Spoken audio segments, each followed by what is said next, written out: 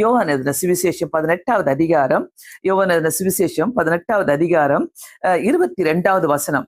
என்ன ரொம்ப ஒரு மாதிரி அப்படியே ஆட்டி படைச்சது என்ன அந்த வசனம். அந்த 22வது வசனம், இப்படி அவர் சொன்ன பொழுது சமீபத்தில் நின்ற சேவகர்களில் ஒருவன் பிரதான ஆசாரியனுக்கு இப்படியா உத்தரவு சொல்லுகிறது என்று இயேசுவை ஒரு அறை அறைந்தான். இயேசுவை ஒரு அறை அறைந்தான். எத்தனை பேர் இந்த வார்த்தையை நீங்க நோட்டீஸ் பண்ணியிருக்கிறீங்கன்னு தெரியல. இயேசுவ ஒரு அறை விட்டானா. நம்ம பாஷையில சொல்லணும்னாக்கா இயேசுவ ஒரு அறை விட்டானா, ஒரு அறை அறைந்தான். அங்க அப்படியே நான் நின்னுட்டேன்.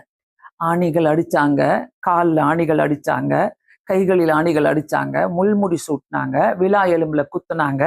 எல்லாத்தையுமே நம்ம பார்த்துருக்கிறோம், எல்லாத்தையுமே நம்ம படிச்சிருக்கிறோம், எல்லாத்தையுமே அதுல நம்ம படிச்சிருக்கிறோம். ஆனா இந்த இடத்துல ஒரு அறை அரைஞ்சாங்க.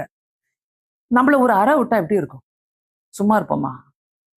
உடனே ஐயோ அப்பா திருப்பி ஒரு அறை விட பார்ப்போம்ல. நம்மள ஒரு அறை விட்டா எப்படி இருக்கும்? அதுதான் பயங்கரமா இருக்கும். ஒரு அறை அறைந்தான்.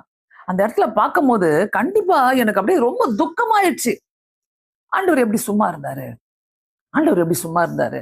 எத்தனையோ அற்புதங்களை செஞ்சவராச்சே, எத்தனையோ அதிசயங்களை செஞ்சவராச்சே. திரும்பி அவர் ஒரு அறை விடுறதுக்கு எவ்வளவு நேரம் ஆகும்? திருப்பி அவர் ஒரு அறை விடுறதுக்கு எவ்வளவு நேரம் ஆகும்? கொஞ்சம் நீங்க யோசித்தீங்கன்னாக்கா பயங்கரமா இருக்கும்.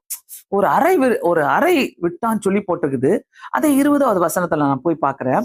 இயேசு அவனுக்கு பிரதியுத்தரமாக, நான் வெளியரங்கமாய் உலகத்துடனே பேசினேன், ஜெப ஆலயங்களிலும் யூதருக்கு எல்லாரும் கூடி வருகிற தேவாலயத்திலேயும் எப்பொழுதும் உபதேசித்தேன். அந்த காலத்தில் நான் ஒன்றும் பேசவில்லை.